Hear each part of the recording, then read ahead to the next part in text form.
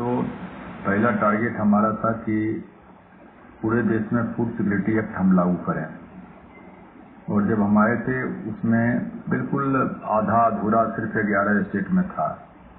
आज जो है करीब आज सभी 36 राज्यों में फूड सिक्योरिटी एक्ट लागू हो गए हैं, और फूड सिक्योरिटी एक्ट लागू होने के तहत उसके अंतर्गत हम 71 करोड़ लोगों को 2 रुपए किलो गेहूं 3 रुपए किलो चावल दे रहे हैं। हालांकि 81 करोड़ लोग उसमें इंटाइटल्ड हैं, मिलना चाहिए, लेकिन बहुत से राज्य सरकारें जो है वो जितना उनका नंबर है उसके मुताबिक नाम उन्होंने नहीं दिया है, उनको देना चाहिए। तीसरी बात है कि हम पिछले 4 साल में एक नया पैसा भी नहीं बढ़ाए हैं। 2 रुपए किलो गेहूं 3 रुपए किलो चावल दे रहे हैं। हम गेहूं खरीदते हैं 22 रुपए किलो, हम देते हैं 2 रुपए में, 20 रुपया हम अपने पॉकेट से देते हैं भारत सरकार के खजाने से। चावल खरीदते हैं 33 रुपए, देते हैं 3 रुपए में, 30 रुपये देते हैं। बहुत कम राज्य सरकारें हैं जो अपने खजाने से कुछ पैसा देती है, लेकिन हर राज्य सरकार कोशिश करती है कि हम वाहवाही लें कि हमने जो है हम जो है बेनिफिशरीज को दे रहे हैं। जैसे उदाहरण के लिए बिहार है या यूपी में हमारी सरकार अभी आई है, यूपी में अब यहाँ ये लोग एक नया पैसा नहीं दे रहे हैं। 2 रुपये जो है हम देते हैं 20 रुपये, और 2 रुपये जो बेनिफिशरी जो है जो गरीब है वो देता है। लेकिन ये लोग शो करने की कोशिश करते हैं कि राज्य सरकार दे रही है। अभी इसको लेकर के आपने गाइडलाइंस भी जारी की है? अभी हमने गाइडलाइन किया है कि आप लिखो कि भारत सरकार कितना देती है और राज्य सरकार कितना दे रही है और बेनिफिशरी कितना दे रहा है। तो ये क्या कहते हैं कि एक है। दूसरा है खाद्य विभाग में कि जो खाद्य विभाग के हमारे एफसीआई कर्मचारी थे, हर जितने भी डिपार्टमेंट हैं सारे के सारे कर्मचारी को पेंशन मिलता है, उनको पोस्ट रिटायरमेंट मेडिकल फैसिलिटीज भी मिलती है। लेकिन हमारा जो डिपार्टमेंट था उनको क्या कहते हैं कि एफसीआई में नहीं दिया जा रहा था, उसको हमने शुरू करने का काम किया। हम जब आए थे तो उस समय में जो एफसीआई का गोदाम था उसकी स्थिति ठीक नहीं थी, काफी क्या कहते हैं कि उसमें डैमेज होते थे, काफी लॉस होता था। उसको हमने जो है ठीक करने का काम किया और आज जो लॉसेस हैं वो 0.04% हैं।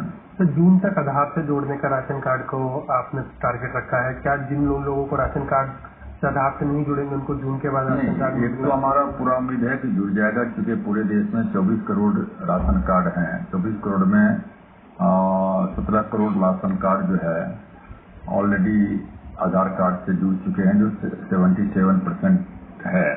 और अभी हमने बुलाया था जनवरी के महीने में राज्यों के फूड मिनिस्टर की बैठक, और सबने लेटेस्ट क्या कहते हैं कहा है जून, और 1-2 राज्य हैं जो उन्होंने कहा कि दिसंबर तक जुड़ जाएगा। काफी सारे राज्य काफी पीछे हैं। बिहार की बात, हाँ बिहार में तो खैर बिहार में तो वैसे कुछ, बिहार में तो 0.013% है।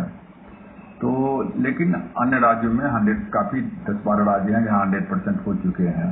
उससे क्या फायदा क्या हो रहा है कि अभी तक जितने हमने राशन कार्ड को जोड़ा है आधार से, उसके कारण से 2 करोड़ 33 लाख जो राशन कार्ड हैं वो जाली पाए गए हैं। मतलब करीब 9.5 करोड़ जो बेनिफिशरीज हैं वो जाली पाए गए, और उससे 14,500 करोड़ रुपया जो है वो बर्बाद होता था। हम लोगों ने उसको कहा कि इसको सुधारो, और उसके बदले में नए क्या कहते हैं कि लोग जो है बेनिफिशरी जुड़े हैं।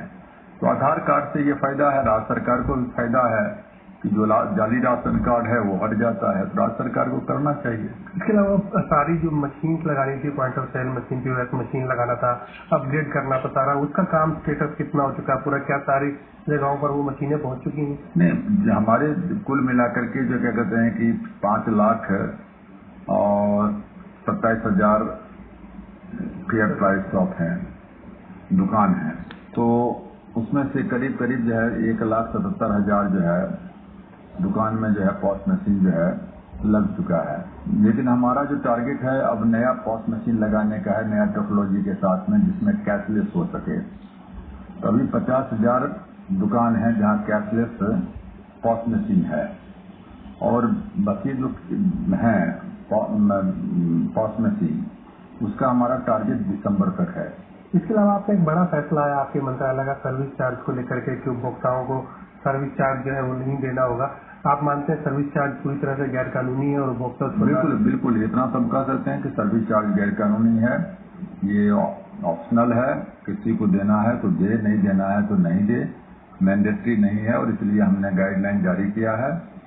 2 चीज कहा है कि सर्विस चार्ज जो है वो मैंडेटरी नहीं है, ऑप्शनल है। और दूसरा, एक कॉलम नीचे में खाली रखो जिसमें सर्विस चार्ज लिखा रहो, किसी को देना होगा तो दो, लेकिन उसका हिसाब रखो। लेकिन कई रेस्टोरेंट अभी भी चार्ज कर रहे हैं, तो ऐसे में उपभोक्ता क्या करे? उपभोक्ता कहाँ जाए, कहाँ शिकायत करे? आप कुछ कंज्यूमर कोर्ट में जाकर कर सकता है। कहाँ उसकी सुनवाई हुई कंज्यूमर कोर्ट में? बिल्कुल कंज्यूमर कोर्ट में सुनवाई हो रही है।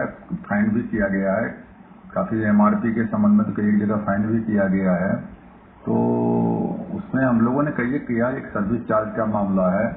एक दूसरा हम लोगों ने कहा है, जितना जो आप पैसा लेते हो तो कंज्यूमर को अधिकार है कि वो जान सके कि हम जो पैसा दे रहे हैं उसके अगेंस्ट में उसके लिए हमको कितना जो है क्वांटिटी मिल रहा है। लेकिन अभी किसी को पता नहीं, जाकर होटल में खाना खाता है, 900 रुपया में पीजिए, सूप पीजिए, कितना प्रॉन का दीजिए, कितना उसमें आएगा क्वांटिटी, ये किसी को पता नहीं है।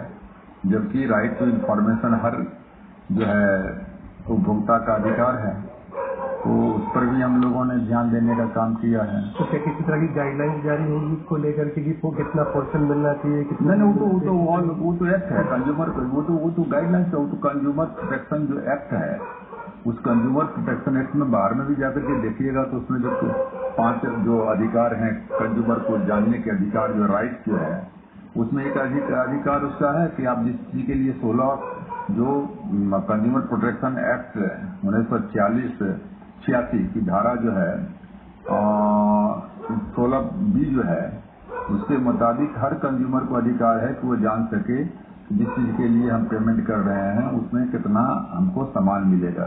तो लोग अभी जागरूक नहीं? आपको लगता है सिर्फ जागरूक करने की जरूरत है या सिर्फ गाइडलाइन? नहीं, जागरूक करने की भी आवश्यकता है। इसलिए हमारा जागो ग्राहक जागो है, वो उसके माध्यम से हम जो है जागरूक कंज्यूमर को जागरूक भी कर रहे हैं।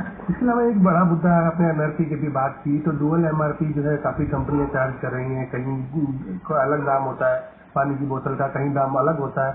आपने कंपनियों को कुछ चिट्ठी भी भेजी थी, तो कोई जवाब आया किस तरह से कंपनियों पर कोई कार्रवाई जो होने वाली? देखिए, 2 तरह का मामला है। तो कोई भी जो पानी है, बोतल का पानी है, जिसमें ISI का मार्क नहीं रहता है, वो जाली है, उसके खिलाफ में कार्रवाई हो सकती है, जेल जा सकता है।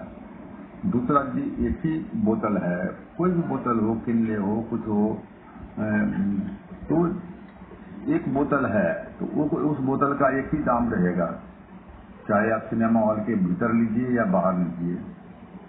और यदि आप उसका आप ड्वेल क्या कहते हैं, आप अलग अलग चार्ज लेते हैं तो वो क्या कहते हैं कि इलीगल है। दूसरा, यदि एक ही बोतल का दाम एक जगह पर एक प्राइस MRP है, दूसरी जगह पर 2 है, दूसरा है, वो भी इलीगल है। उसको हम लोगों ने सीरियसली लिया है और हमको खुशी है कि BCCI जो है उन्होंने जो है फैसला लिया है, भेजा भी हम लोगों के पास में। जितने जो स्टेडियम हैं, खेल के ग्राउंड हैं, उनके भीतर और बाहर जो सामान बिकेगा एक ही रेट पर बिकेगा। बहुत सारे रेस्टोरेंट हैं, वो रेस्टोरेंट ने भी इसको फॉलो करना शुरू कर दिया है। इसके अलावा एक उपभोक्ता की शिकायत है चीनी के दाम को लेकर के। चीनी के दाम अगर मैं बात करूँ तो 2 साल पहले 32 से 33 रुपए थे, आज बढ़कर के 42 से 43 रुपए उपभोक्ता को चुकाने पड़ रहे हैं। तो क्या वजह है इसके पीछे? नहीं, देखिए, उसमें जो है हम लोगों ने बीच में आपको 22-23 रुपए तक भी आ गया था।